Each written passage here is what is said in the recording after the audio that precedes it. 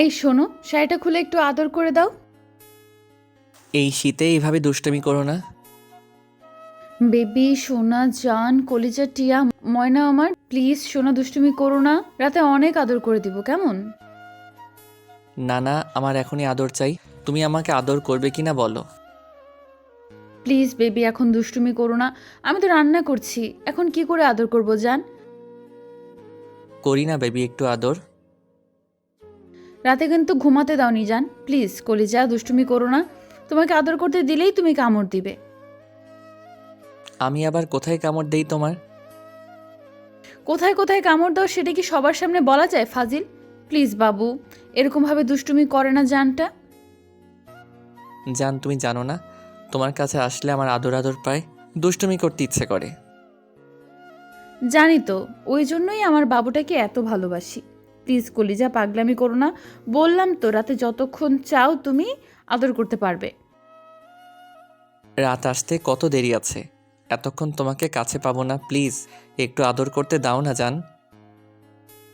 এমন করে বায়না করে না পাগলটা, বললাম তো রাতে দিব। না আমার এক্ষুনি চাই জান। দাও না বেবি, একটু আদর করলে কি হয় সোনা? আচ্ছা ঠিক আছে, আমি ফ্রি হয়ে নেই, তারপর অনেক লম্বা একটা কিস দিব, কেমন শোনা? শুধু কিসে কি মন ভরে যান? আমি তো জানি আমার বাবুর মনটা ভরে না যতক্ষণ না আমাকে সম্পূর্ণ আদরটা করতে না পারে। কিন্তু এখন কিভাবে সম্ভব সবটা বলো? আমি তো রান্না করছি, প্লিজ একটু ছাড়ো আমাকে জান। না ছাড়বো না। আমি তোমাকে ছেড়ে দিলে তুমি আমার থেকে দূরে সরে যাবে। প্লিজ আমাকে সরিয়ে দিও না কলিজা, আমার খুব ভালো লাগছে তোমার কাছে থাকতে। আচ্ছা ঠিক আছে, এইভাবে ধরে রাখো, কিন্তু একটু দুষ্টুমি করবে না। আর বেশিক্ষণ এখানে থাকলে আমাকে লজ্জায় পড়তে হবে শোনাটা। প্লিজ তুমি রুমে যাও, আমি কথা দিচ্ছি রান্না শেষ করে এসে আদর দিব। দেখলে দেখুক, তাতে আমার কি? আমি আমার বউকে আদর করছি, তাতে কার কি? জান শুধু কিসে কি মন ভরবে বলো? তুমি জানো না তোমার সব আদরটা আমার চাই।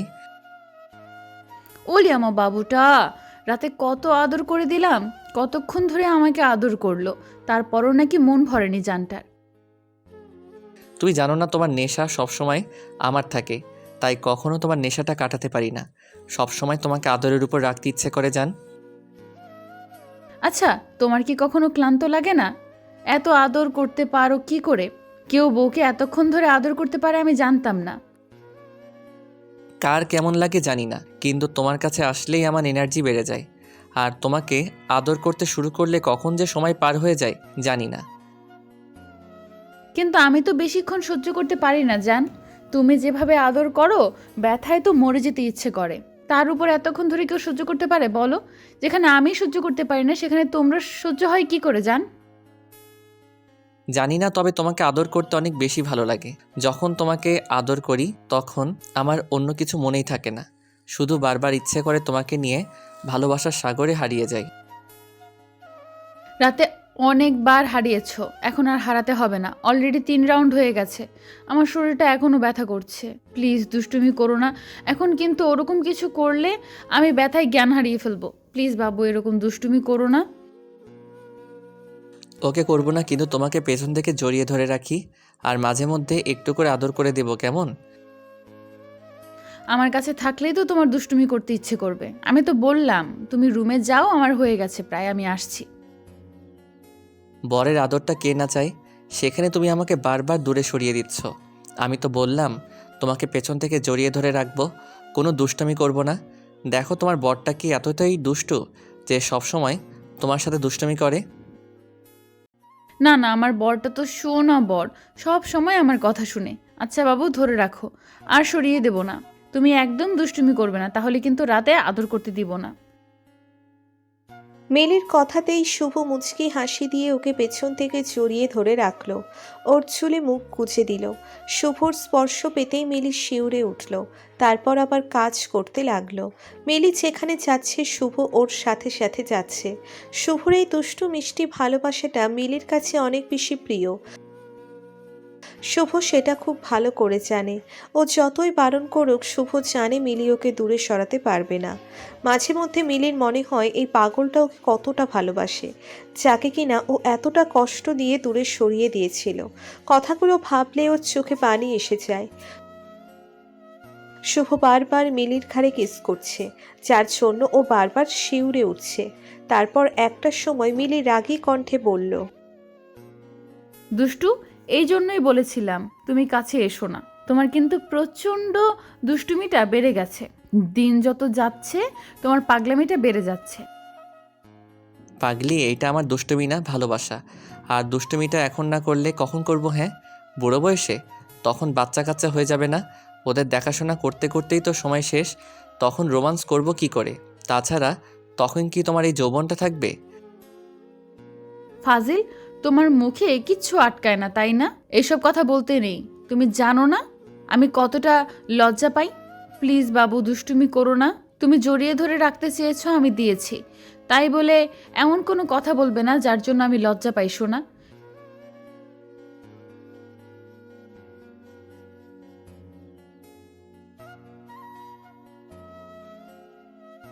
মিলি কোনো রকম একটু আম্মুর দিকে তাকিয়ে বিষয়টাকে স্বাভাবিক করার জন্য হাসল।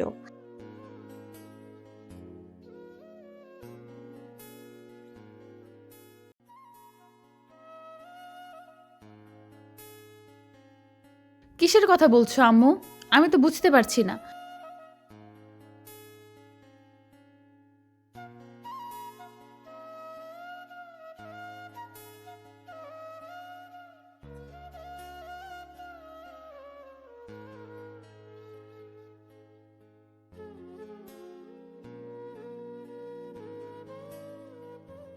আম্মু, তুমি কিসের কথা বলছো? একটু বুঝিয়ে বলো প্লিজ।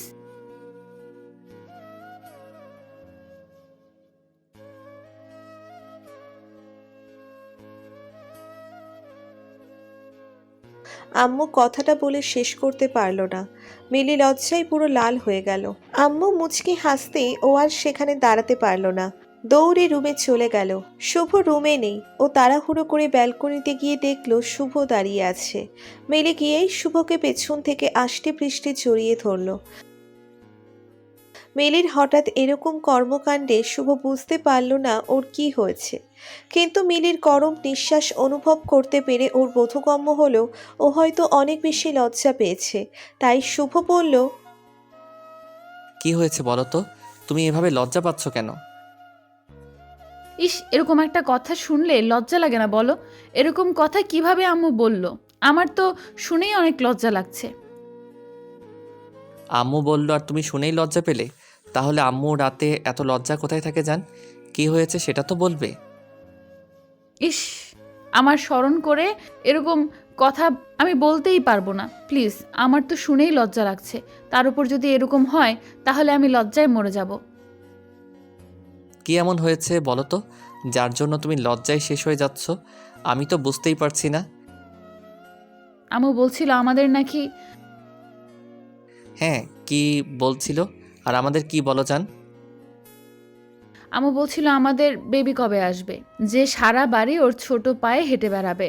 তোমাকে আব্বু আর আমাকে আম্মু বলে ডাকবে। ওনাদের দিদা আর দাদু বলে ডাকবে। তাহলে এতে খারাপের কি বলেছে? আর তাছাড়া এতে লজ্জার কি আছে? এটা তো স্বাভাবিক বিষয়। বিয়ে হলে আব্বু আম্মুর তো স্বপ্ন থাকতেই পারে তার ছেলের নাতি নাতনির মুখ দেখতে, তাই না? থাকতে পারে, জানি না আমার এত লজ্জা লাগছে কেন। তুমি না জানলে আর জানতে হবে না। এটা এরকম একটা বিষয় যার জন্য সব মেয়েরাই অনেক বেশি লজ্জা পায়। দেখে আমার দিকে তাকাও, আমি তোমাকে আদর করে দেই, কেমন? এই না, একদম না।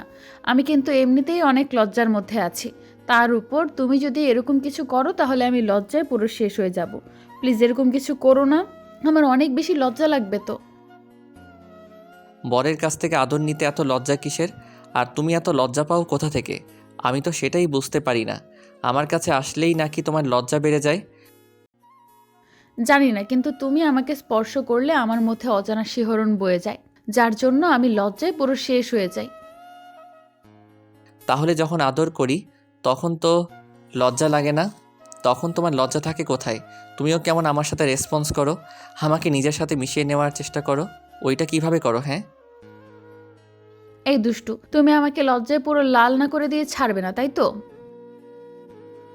কি হবে না হবে সেটা জানি না, তবে তুমি তো আদর করো, আমি সেটাই বললাম। শুভ মিলির দিকে ফিরল। ওর চোখের দিকে তাকাতেই মিলির সাথে সাথে শুভকে দুই হাতে আষ্টে পৃষ্ঠে জড়িয়ে ধরে ওর বুকে মুখ গুজে দিল। মিলি এখনো ঘন ঘন নিঃশ্বাস নিচ্ছে, যেটা শুভের বুকে পড়তেই ওর মধ্যে একটা শিহরণ কাজ করতে শুরু করে।